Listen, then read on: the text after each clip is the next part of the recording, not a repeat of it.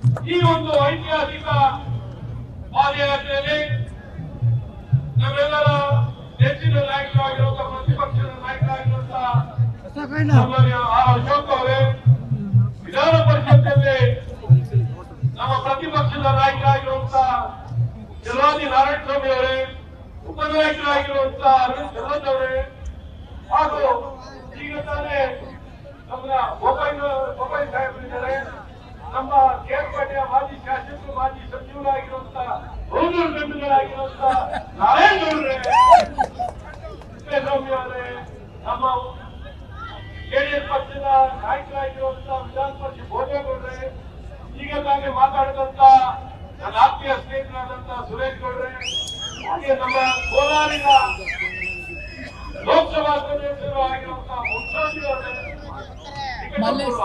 ಹಾಗೆ ನಮ್ಮ ಗೋವಿಂದರಾಜ್ ಅವರು ಬಂದಿದ್ದಾರೆ. ಬಹಳ ಪ್ರಗತಿಪರ ರೈತರು, ಆತ್ಮೀಯರಿಗೆ ಸಮಯಗಳಲ್ಲ. ಏನೊಂದು ಇಡೀ ನಾಡಿನಲ್ಲಿ ಇವತ್ತು ಕರ್ನಾಟಕ ರಾಜ್ಯ ಅಂದರೆ ಒಂದು ಪ್ರಗತಿಪರವಾಗಿರುವಂತಹ ಒಂದು ರಾಜ್ಯ. ಇವತ್ತು ಭ್ರಷ್ಟಾಚಾರದಲ್ಲಿ ಸಿಕ್ಕಾಕೊಂಡಿರುವಂತಹ, ಸಾಕ್ಷಿ ಸಮೇತ ಸಿಕ್ಕಾಕೊಂಡಿರುವಂತಹ ಮುಖ್ಯಮಂತ್ರಿ, ನನ್ನ ಸಚಿವ ಸಂಪುಟದಲ್ಲಿ ಹಲವಾರು ವ್ಯಕ್ತಿಗಳು ಇವತ್ತು ಭ್ರಷ್ಟಾಚಾರದಲ್ಲಿ ಸಿಕ್ಕಾಕೊಂಡಿದ್ದಾರೆ. ಅವರಿಗೆ ಸಾಕ್ಷಿ ಸಮೇತ ಸಿಕ್ಕಾಕೊಂಡಿದ್ರು ಸಹ ಜವಾಬ್ದಾರಿಯನ್ನು ಹೊತ್ತು ರಾಜೀನಾಮೆ ಕೊಡಬೇಕು ಅನ್ನುವಂತ ಒಂದು ಕಿಂಚತ್ತು ಸಹ ಆತ್ಮಸಾಕ್ಷಿ ಇಲ್ಲದೆ, ನೈತಿಕತೆ ಇಲ್ಲದೆ, ಮಂಡತನ ಏನ್ ಬೇಕಾರಾಗಲಿ, ಅಧಿಕಾರ ಕೊಟ್ಟಂತ ಜನರು ಏನಾರಾಗಲಿ, ನಾವು ಮಾತ್ರ ಅಧಿಕಾರ ಬಿಡೋಲ್ಲ, ಅಧಿಕಾರದ ಗುಟ್ಟಿಗೆ ಇಟ್ಕೊಂಡಿರ್ತೀವಿ, ಬೇಕಾಗಿದ್ದಾಗ್ಲಿ ಅನ್ನುವಂತ ಪರಿಸ್ಥಿತಿಯಲ್ಲಿದ್ದಾರಲ್ಲ. ಇದಕ್ಕೂ ಇಂಥ ವ್ಯಕ್ತಿಗಳು ಎಲ್ಲ ಇಷ್ಟು ಪ್ರೀತಿ ಕೊಟ್ಟಿದ್ದಾರೆ. ಈ ಪ್ರೀತಿಗೆಲ್ಲ ಗೌರವಿಸುವಂತ ಕರ್ತವ್ಯ ಅವರಲ್ಲಿ ಕಾಣ್ತಿಲ್ಲ. ಇವತ್ತು ನೀವು ನೋಡ್ತಾ ಇದ್ದೀರಾ, ದಲಿತರ ಹಣವನ್ನ ವಿಚಾರದಲ್ಲಿ ಈಗಾಗಲೇ ಸಾಕಷ್ಟು ಸವಿಸ್ತಾರವಾಗಿ ತಿಳಿಸಿದ್ದಾರೆ. ಯಾವ ರೀತಿ 100%, 100% ಹಣವನ್ನು ಲೂಟಿ ನಮ್ಮ ಪಕ್ಷದ ಮೇಲೆ ಸಾಕ್ಷಿ ಇಲ್ಲದೆ 40% ಆಪತ್ತು ಮಾಡಿದ್ರು. ಸಾಕ್ಷಿ ಇಲ್ಲದೆ ಇವತ್ತು ಸಾಕ್ಷಿ ಸಮೇತ 100% ಉಳಿದಿರುವಂತಹ ಇತಿಹಾಸ ಯಾರೊಬ್ಬರು ಮುಖ್ಯಮಂತ್ರಿ ಸನ್ಮಾನ್ಯ ಸಿದ್ದರಾಮಯ್ಯ ಅವರು ಇಷ್ಟೆಲ್ಲ ಸಾಕ್ಷಿ ಇದ್ರು. ಇವತ್ತು ನನ್ನನ್ನ ಬೇಕು ಅಂತ ಅಸೂಯೆಯಿಂದ ನಾನು ಇನ್ನೂರ ವರ್ಗ ಸೇರಿದ್ದೀನಿ. ಹಾಗಾಗಿ ನನ್ನ ಅಧಿಕಾರದಿಂದ ಇಳಿಸಬೇಕು ಅನ್ನುವಂತ ಈ ಪ್ರಯತ್ನ ಮಾಡ್ತಿದ್ದಾರೆ ಅಂತ ಹೇಳ್ತಿದ್ದಾರೆ. ಮತ್ತು ಹೇಳಿದೆ ಎಂದು ಹೊರಬೀಳ್ತಿದೆ.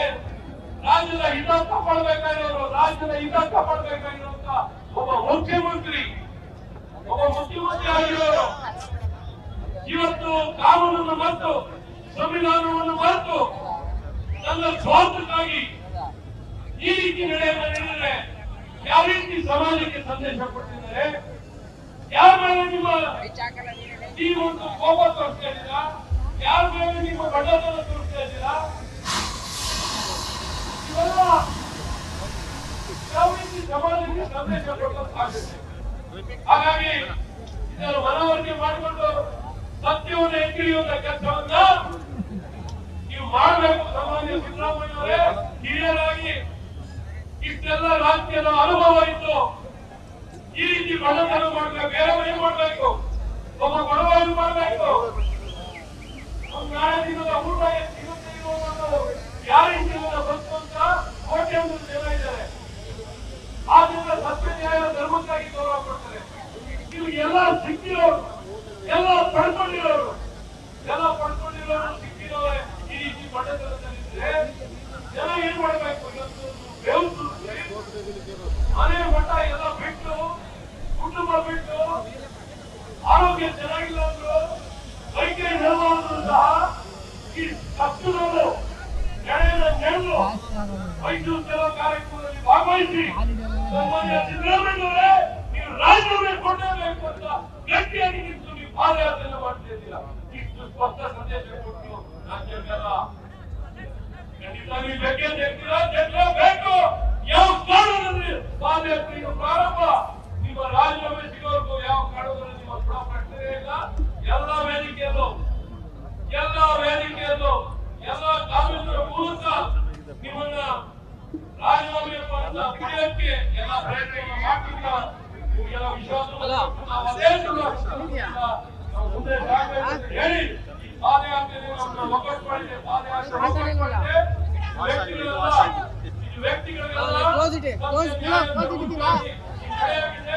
ನಾಡಿನ ಜನತೆ ಹಿತವನ್ನು ಕಾಪಾಡಬೇಕು. ಕಾಪಾಡಲಿಕ್ಕೆ ನಾವು ಪಾದಯಾತ್ರೆ ಭಾಗವಹಿಸಿ ಹಾಗಾಗಿ ಮತ್ತೊಮ್ಮೆ ನಿಮಗೆ ಹೃದಯಪೂರ್ವಕವಾಗಿ ಶುಭಾಶಯಗಳನ್ನು ಸಲ್ಲಿಸಿ ಸ್ವಲ್ಪ ತಗೋ ಆಡಿಯನ್ಸ್ ಭಾರತೀಯ ಜನತಾ ಪಾರ್ಟಿಯ ರಾಜ್ಯ ಅಧ್ಯಕ್ಷರಾಗಿರುವಂತ ಪಾದಯಾತ್ರೆಯ ನೇತೃತ್ವವನ್ನು ವಹಿಸಿರುವಂತ ನಮ್ಮ ಹಿರಿಯರವರಿಗೆ ನಿಮ್ಮೆಲ್ಲರ ಪರವಾಗಿ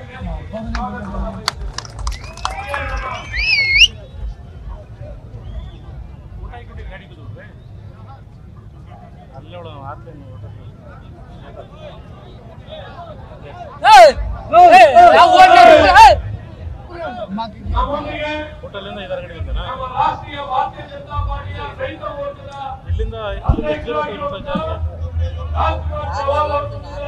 ಅವರಿಗೆ ನಿಮ್ಮೆಲ್ಲರ ಪರವಾಗಿ ಯಾರು ಕೂಡ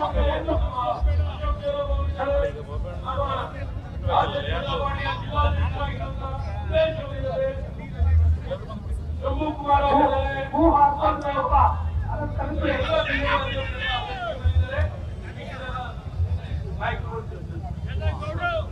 ಮುಂದೆ